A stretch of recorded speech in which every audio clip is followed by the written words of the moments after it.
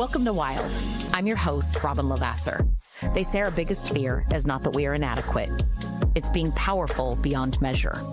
In this podcast, I will share how to break through imaginary ceilings, lean into success, discovering your purpose, and understanding how to create the business and life of your dreams. From failures to triumphs and all the tactics in between, let's jump into the wild arena together. Welcome back to Wild with Robin Lavasser. I love to be observant. I love to recognize things about people. And if anybody knows me, they know that I very often I'm a verbal processor. So I often say things pretty quickly, right? Like I'm one that can shoot my mouth pretty fast. And I've learned a lot of lessons in not thinking before I speak, if you will, not kind of following that think test, which I think I've done a whole podcast on before. And that's is it true? Is it helpful? Is it inspirational? Is it necessary? Is it kind? And it's funny when you run through all of the things in your head, it's not don't say it at all. It's maybe say it in a different way. And I will tell you, saying the thing that you mean with the outcome that you hope to get. And when I say outcome, sometimes the outcome is just a give, right?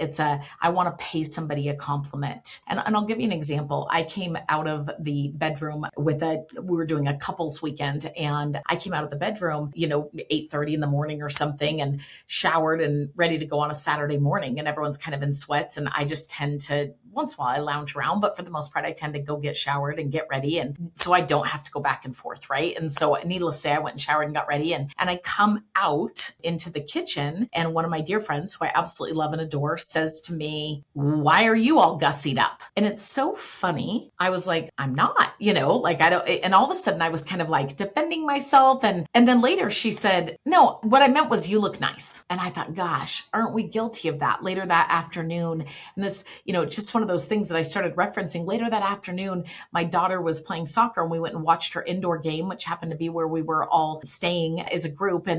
And so we caught her indoor game, and she does this great thing where she just absolutely sprints down the field and often ends up scoring a goal. She gets these bursts. She plays defense, makes it to the very front. It's an impressive run. Like, she really does well with it. She's got great wheels, great ball skills, great control. And she bobs and weaves around everybody at least a couple times a game. And then she always has to backtrack, get back on defense, and catch her breath. So hopefully the ball stays down there if she didn't actually score, because she needs a minute to catch her breath because it's a long sprint down the whole field, right? And so instead of saying to her, because it's one of my favorite things to watch that she does on the field, I love to watch you go from defense all the way to the goal. And whether you score or you just shoot, it's so fun to watch your acceleration and your momentum that you take down the field, your control, your confidence. It's so fun. And instead I say, "Man, do I love your bursts of energies, but woo, you're really sucking air at the end." That's literally what I said. And what we would call that, right, is kind of a backhanded compliment, which is not what I intended. The truth is, I love it, but I didn't give it the right words in that moment. I tend to be a little witty, a little sarcastic on things. And sometimes that means that I'm not landing the compliment in the way of connection, right? Maybe I'm landing it to be playful, which is okay, but I can do too much of that and get myself either in trouble or know that it didn't hit the way it was supposed to hit. And what someone hears isn't always what you intend. And so how do we talk about that in a better way? The gap between the intention and the impact that we want to have. And there is a huge people experience our words, not our intentions. I experience people's words, not their intentions. I believe our intentions that live inside our head, live inside our hearts, our words are what actually arrive at the doorstep of somebody else, right? Our words are what ultimately infiltrate, because that's what they can take on. And so when I wrap a compliment into sarcasm, teasing, disclaimers, extra commentary because I'm trying to be funny or relatable or avoid being vulnerable, the problem is that compliment gets lost in the packaging. I'll say it again, the compliment gets lost in the packaging. And why do we do that? Here's what's funny is that it's such an interesting thing. I think vulnerability is a big thing. And so we often grew up being teased, poked fun at, joking with, which is a beautiful thing. Laughter is a great medicine. Having great sarcasm with people is a great medicine. And we learned by nature to soften sincerity because sincerity often feels risky. It feels vulnerable. It's safer to say, look at you overachiever, than I'm really proud of you, especially as adults, right? How often do we say things like, I'm really proud of you? It's safer to say, well, somebody got fancy today, instead of, you look incredible. Wow. And leave it at that. Not what's it for? Not is this a one-time occurrence? Not, right? It's safer sometimes to make a joke than to be vulnerable. And the older I get, the more that I realize people are starving for genuine encouragement. And this is a beautiful gift in being a masterful communicator. This is a beautiful, just overall topic for this podcast that I think will land with many of you, I hope, because when I say people are starving for genuine encouragement, I have to check myself. They don't always want clever. They don't always want sarcastic. They don't always want backhanded. They just want genuine encouragement. And again, because that requires vulnerability, right? Have you ever played the game where you sit and you really give somebody all the reasons why you maybe admire them or you love them or you appreciate them? And if you stop for a minute, it's almost habit to crack a little joke or to do a little takeaway when you are gushing on somebody. They're uncomfortable possibly receiving all of that praise, and we're uncomfortable giving it. It's kind of bananas, you guys, when you think about that from a universal rule, just in business in general, and sales especially is so based on influence and communication that we have to do a better job. And so I think of myself in leadership in general. We're all leaders, right? Parents, spouses, friends, co-workers, people. We often believe or think that people know what we mean. They know what I meant. And then we say things like they overreacted or they didn't get it, or, they're being sensitive. And while, yes, that is sometimes the case, clarity is kindness. And when you just give somebody a really genuine compliment, it's genuinely felt. When it's a sarcastic compliment, it's sarcastically felt and could go a multitude of directions. So if someone did a great job, say they did a great job. If you're proud of somebody, tell them they're proud. You're proud of them. If they look beautiful, tell them they look beautiful. If they inspired you, tell them they inspired you. Without extra words, without the joke, without the disclaimer, without the sarcasm.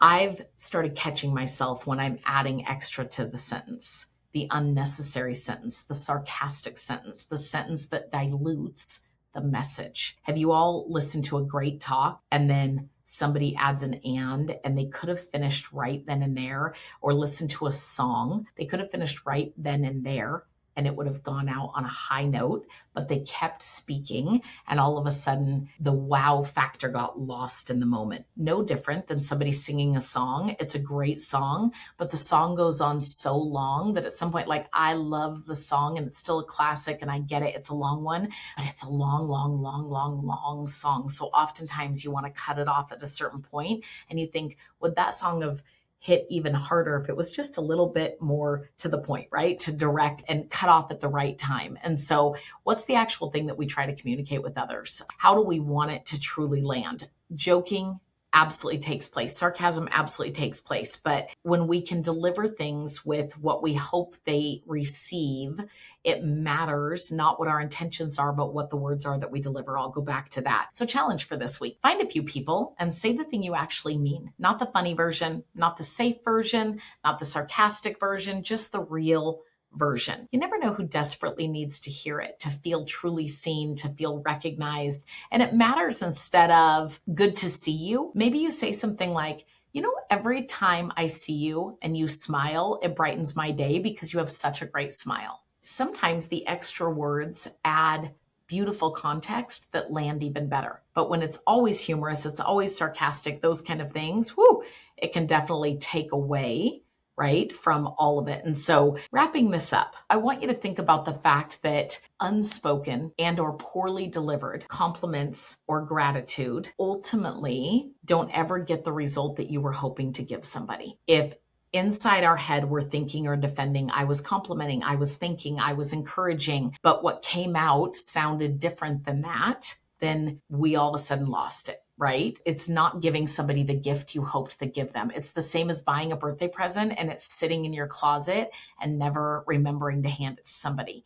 The intention's there, the delivery never got right, never was given. And so who benefited from an unopened birthday present? Really nobody. The gift never arrived. The same thing happens with appreciation. It happens with encouragement. It happens with love. If we are not delivering it, if we're not allowing somebody to be open to it, if we're not allowing somebody to receive it in the right way, then honestly, it's an unopened gift. And that's how I think about gratitude and compliments. Am I allowing somebody to open the gift the right way? Am I giving them what they need so that they feel seen? People are not suffering because of too much love and compliment and encouragement in the world. They're starving for it. And that is so true in our teams. It's actually true in our borrowers amidst a very emotional process. It's true in our underwriting teams, our closing teams, our leadership teams. Everybody is ultimately starving for more encouragement, better delivery on gratitude and on compliments in general. And that will allow people to build confidence, right? It allows people to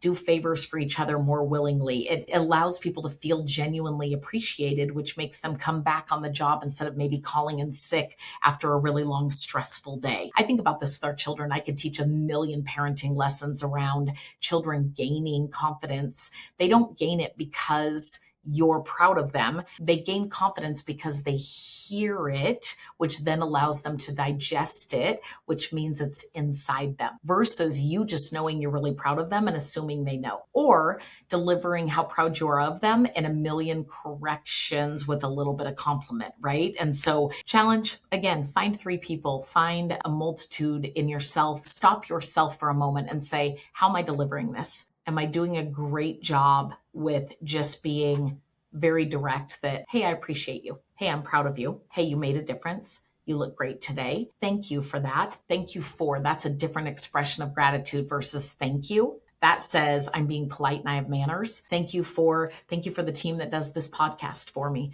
right? Thank you for editing all my mistakes. Thank you for making me look good. Thank you for getting it posted on social.